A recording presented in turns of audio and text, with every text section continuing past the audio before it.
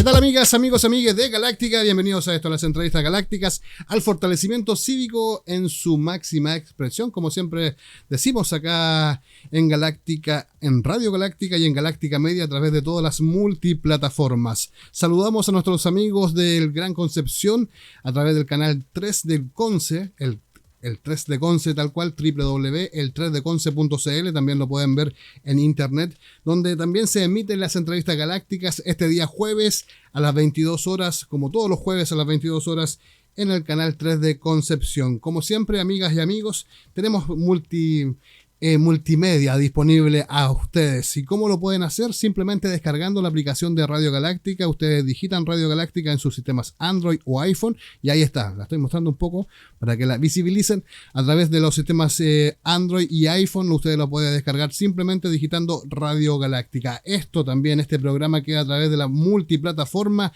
en el sistema de podcast en Spotify como Radio Galáctica y también a través de nuestra web en www.galacticamedia.cl. Toda la información para poder estar con ustedes, como siempre lo desarrollamos acá en las entrevistas galácticas. En el día de hoy, actualidad política, ya pueden visibilizar a nuestro invitado, es el abogado Raúl Devia y la Vaca, que es también panelista de acá de las entrevistas galácticas. Raúl, ¿cómo te encuentras? Buenos días, buenas tardes o buenas noches, dependiendo de los horarios que consuman la información a través de Galáctica. ¿Cómo estás, Raúl?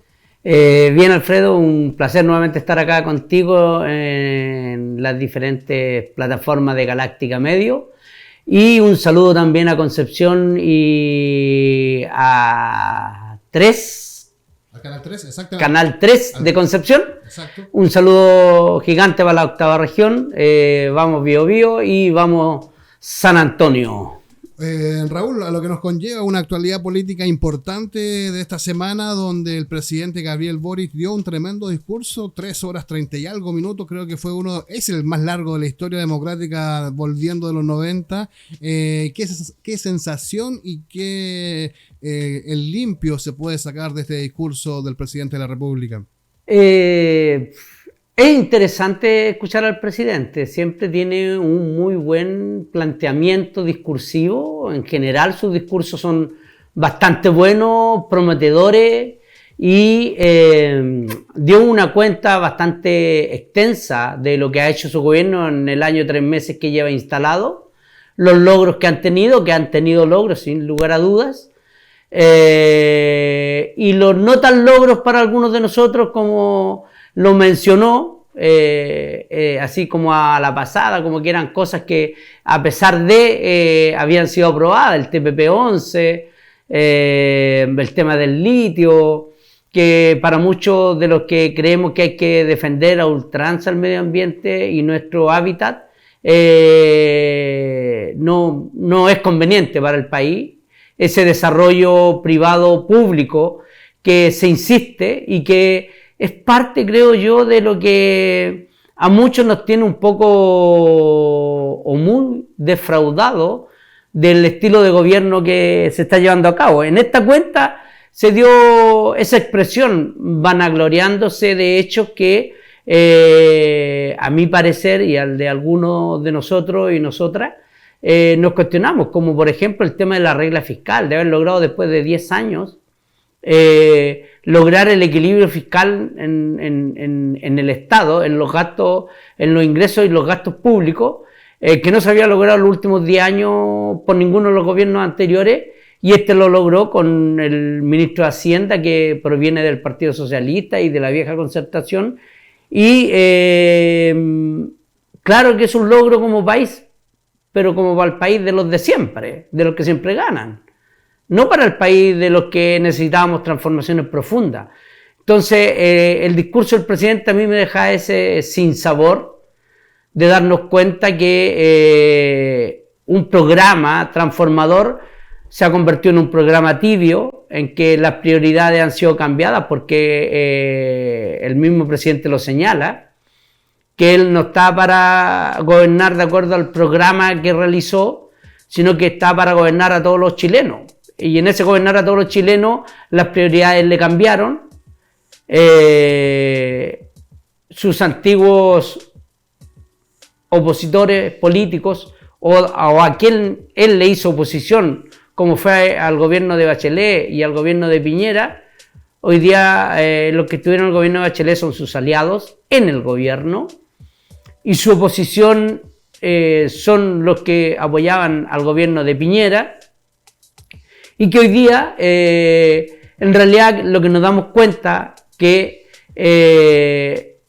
no impulsa las transformaciones más profundas por las cuales muchos de nosotros votamos, que eran parte de su programa y que han quedado ahí retrasadas o van a ser reformuladas, la reforma previsional, la reforma tributaria, el impuesto a los súper ricos, por no enfrentarse a la derecha tradicional y a la ultraderecha. Creo que allí hay una política que no solo se da acá en Chile, sino que se da a nivel internacional, de que cuando sectores progresistas, como el Frente Amplio en comunidad electoral con el Partido Comunista, o como Lula en Brasil, o como Cristina Fernández o Alberto Fernández en Argentina, que son denominados gobiernos progresistas, estando en el aparato del Estado, intentan conciliar las propuestas progresistas con el sistema y el Estado económico neoliberal. Y le van haciendo concesiones a la derecha para lograr pequeñas transformaciones, dejando atrás a quienes ellos representan. Y en ese juego político de mantener la estabilidad y no perder pequeñas corridas de cerco, como le llaman, las grandes corridas o los grandes proyectos transformadores quedan en el tintero, no se desarrollan porque no hay mayoría en el Congreso. Y entonces la política se convierte en la política de los acuerdos. Claro. Y en la política de los acuerdos aprueban las 40 horas con flexibilidad. Y con bastante flexibilidad, ¿no? Más flexibilidad que 40 horas. Las 40 horas van a ser a 5 años y la flexibilidad es de inmediato. Los bonos rebajados. Aprueban bonos, aprueban proyectos que ayudan, pero no lo suficiente. El copago cero creo que es importante, pero no es la gran transformación de salud. El tema de la ISAPRE, ahí todavía está dando vuelta claro, con interpretaciones.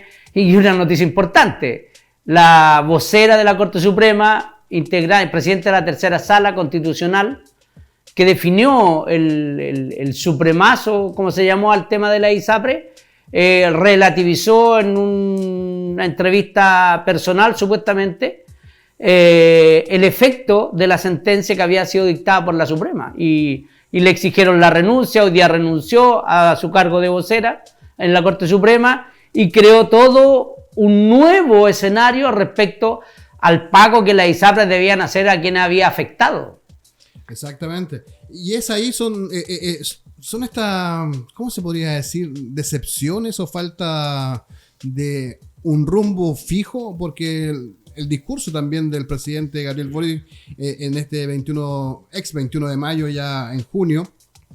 Qué importante hacer la diferencia. ¿Qué es lo que pasaba cuando era 21 de mayo? En que íbamos a Valparaíso, estaba el desfile, había ahí y por eso es que los discursos eran tan cortos, porque tenían que terminar a las 12. Exacto. Ahora es un poco más relativo y está todo enfocado al discurso en sí, pero cuando se propone algo como unas reformas hacia la ayuda social, a estas transformaciones que pide el gobierno, pero lamentablemente se van a ver trabadas por ejemplo, la misma reforma tributaria con estas negativas que tienen en el Congreso, no teniendo la mayoría en ambas cámaras. Esto significa también otra muralla extra para no llegar a concretar estos discursos que a la larga pueden sonar muy bonitos detrás de fondo, pero la consistencia para que se realicen estas transformaciones no se logran cumplir.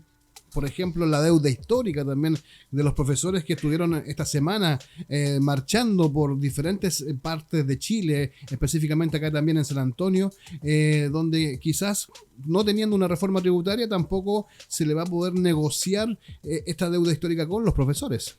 Sí, yo creo que ahí apunta a dos temas y yo agregaría un tercer tema importante en el discurso que tiene que ver con la realidad política de esta semana. Uno, el tema de la deuda histórica, que este gobierno se comprometió a pagarlo dentro de sus 4 años. Y todavía no empieza y no lo va a lograr hacer porque el ministro de Hacienda señaló que no habiendo reforma tributaria era imposible asumir la carga de resolver la deuda histórica. Y ahí están los profesores marchando y saliendo nuevamente a la calle por sus derechos. Algo que les quitó la dictadura y que ningún gobierno democrático ha logrado resolver. Y este que se lo propuso y que fue muy aplaudido y que ganó muchos votos por esa propuesta, hoy día también la está dejando atrás. Y en ese sentido felicitar a la presidenta de los profesores jubilados y que tienen el tema de la deuda histórica como primera prioridad, a la profesora Rebeca Pavés. Agradecerle la convocatoria que tuvo, la capacidad que tiene de liderar a ese grupo de profesores que aún quedan, porque hay que señalar que muchos de aquellos que les correspondía esta deuda histórica ya no están. De hecho, mis padres no tenían ese derecho, eran profesores y no lo van a tener. Tengo algunas hermanas que también lo tienen y que están esperando que alguna vez salga esa deuda histórica y también son profesoras en forma particular. Y en ese sentido felicitar al grupo de profesores de acá de San Antonio que están luchando porque esto se concrete y exigiéndole a este gobierno que cumpla una promesa de campaña. En relación a ese mismo tema educacional está la deuda de los estudiantes universitarios CAE, que también era un proyecto de campaña, de programa de resolver la deuda CAE con los bancos por parte de los universitarios, una deuda que los aprisiona, que no les permite comprar casas, en fin, toda la problemática que significa eso y que también se dijo que se iba a resolver y tampoco hay posibilidad de resolverla y Marcel la pateó para más adelante, pero así lejos. Y por último, dentro de este discurso y de lo que está aconteciendo esta semana, sobre todo el día de hoy, es que Boris hace algo en el discurso que a mí me parece que es absolutamente criticable. Criticable, como fue criticable en su momento decir que él habría antes del 4 de septiembre en que se iba a votar la propuesta de constitución salida de la convención constitucional en que participaron 155, que muchos tuvimos y que San Antonio aprobó por mayoría. En el discurso se refiere y critica la convención constitucional y no criticando la capacidad de diálogo, que no hubo acuerdo, que la derecha no lo quiso, que la socialdemocracia no quería la Constitución, y que él, antes de la votación, abre la posibilidad de que gane el rechazo, diciendo que si gana el rechazo no significa que se estanque el proceso constituyente. Y ahí abre la posibilidad cierta y que hoy día a mí en lo personal me hace cuestionarme que desde ya tenían preparado este actual proceso constituyente espurio que nosotros criticamos. Y que ahora dice que este gobierno, si no se aprueba, ya no tendría posibilidades de hacer un nuevo proceso constituyente. Para el anterior sí tenía posibilidades, estaba abierta la ventana y ahora la cierra, poniendo una presión sobre quienes son sus seguidores y sus pactos electorales para que se apruebe en diciembre una constitución que los republicanos dicen que el 70% es la del 80% y que el 30% restante que le falta va a ser idéntica a la constitución de la dictadura, lo van a colocar ellos en este consejo de curso constitucional que hoy día entraron a clase y le entregaron un libro que ya está escrito. Exacto. Un libro donde no fue el mismo proceso anterior, y eso hay que decirlo. O sea, acá no están las organizaciones del mundo independiente ni los movimientos sociales. Pero tocaste un tema muy importante, Raúl, como es esta puerta cuando al primer proceso constituyente y a este segundo proceso se le cierra la puerta en el sentido también de una presión también política del presidente Gabriel Boric, donde si falla este segundo intento debería existir un tercer y un cuarto y un quinto hasta que Chile tenga una constitución como mandata la ciudadanía y la gente detrás de todo esto. Y ahí está el voto popular, donde se puede hacer estos cambios tan importantes. Estamos en las entrevistas galácticas conversando junto a Raúl Devia y La Vaca en vivo y en directo a través de todo lo que refiere a las multimedias y también a todo lo que refiere las comunicaciones digitales. Saludamos al canal 3 de Concepción y también estamos junto a ustedes. Raúl, para cerrar esta grata conversación, ¿algún tema en particular que quieras tocar en sí? Sí, hay varios temas que están ocurriendo el día de hoy y que son preocupantes. El tema de esta bebé que muere lamentablemente por un virus sincicial que se convirtió, creo que en neumonía o algo similar. Exacto. Y que el sistema de salud no logró resolver el tener una cama crítica. Venía escuchando una radio en el auto y que señalaban que este año el sistema de salud está colapsado ya, que esta es la semana 22, que es crucial, y que tiene un 150% más de ocupación de camas críticas que el año pasado. Entonces, hay que evaluar la ponderación en las opiniones. Yo creo que lo que hace Rodolfo Carter, tratando de colocarse como estadista, como presidencial, achacando la responsabilidad absoluta al gobierno, o lo que hace la UDI con Renovación Nacional, apoyado por los republicanos, de solicitar la renuncia del subsecretario de redes asistenciales, como que si este gobierno fuera el único responsable de la situación que vive la salud en Chile. Creo que es aprovecharse políticamente de un hecho lamentable, lamentable para la familia, lamentable para nuestra ciudad de San Antonio, que otra vez sale con un hecho tan negativo como este, pero hay que ponderarlo adecuadamente. Yo creo que no es condenar ni defender al gobierno ni al Estado, que hoy día, yo diría, no es defender al gobierno ni atacar a la oposición, sino que decir que la oposición intenta hacer un aprovechamiento político de un hecho lamentable, y eso creo que no corresponde. Lo que sí corresponde es decir que el sistema de salud que ha imperado hasta el día de hoy, que es público por FONASA y que es privado por la ISAPRE, está colapsado porque el sistema neoliberal impuesto a sangre y fuego por la dictadura no da el ancho para resolver un problema social como es la salud. Porque no existe ideológicamente la intención de tener una salud pública que resuelva el problema de salud. El neoliberalismo lo que hace es hacer de la salud un mercado y dejar una salud pública pobre, sin fondos, sin dinero. La falta de cama no es un problema ocasional o de este gobierno, es un problema estructural, y ese problema estructural viene dado por el sistema económico y social que nos rige, y por lo tanto la culpa es del Estado en su conjunto, y el Estado en su conjunto es gobierno, ejecutivo, judicial, parlamentarios. El Estado en su conjunto no da el ancho para resolver estos problemas sociales, como no da el ancho para resolver los problemas de vivienda, y que están proyectando una ley antitoma y las toman sin una solución para la gente que no tiene vivienda. Entonces, estas disputas que se dan a nivel político y que se están dando en este proceso constituyente espurio, que no resuelve el problema de la salud, porque ratifica el que la salud siga siendo resuelta en forma privada con ISAPRES y en forma pública por el Estado a través de FONASA y de la red de asistencia pública, pero sin fondos, sin presupuesto para que efectivamente el Estado se haga responsable.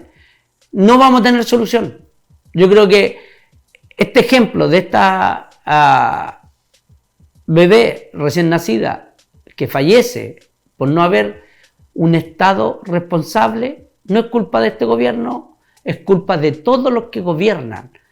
Los diferentes gobiernos, los que están en el Congreso, los que ocupan los puestos políticos y que no resuelven el problema de fondo. Y hoy día también va a ser un problema para quienes están en ese Consejo de Curso Constituyente, que tampoco propone una solución efectiva a un Estado social de bienestar. Lo que están proponiendo es más de lo mismo, es seguir insistiendo en concesiones, en licitaciones y en que exista una salud para los ricos y una salud para los pobres. Mientras eso no se termine, lamentablemente estos casos que vivimos hoy acá en San Antonio van a seguir ocurriendo a nivel nacional. Quería terminar con eso porque creo que esa es la forma en que se deben enfrentar este tipo de problemas. No atacando a uno o a otro, sino que diciendo que es el Estado el que no es capaz de resolverlo. Un Estado que está preocupado del problema de seguridad, pero no se da cuenta que la seguridad va a venir asociada a la solución de problemas estructurales como es vivienda, como es salud, como es educación.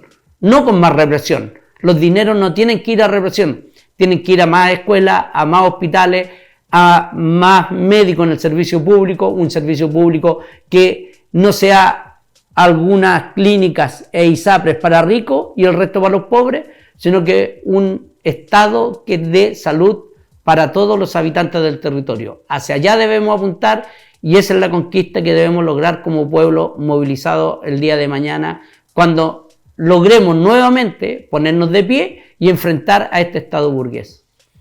La opinión de Raúl Devia y la Vaca acá en las entrevistas galácticas, llegando al final de esta grata conversación y nutrida conversación junto a Raúl, y también saludar a toda la gente del Canal 3 de Concepción, y esto queda a través del Spotify, en YouTube, en todas las redes sociales de Galáctica Media. Raúl, como siempre, agradecer el tiempo de poder venir a conversar y fortalecer estos diálogos ciudadanos que son tan importantes.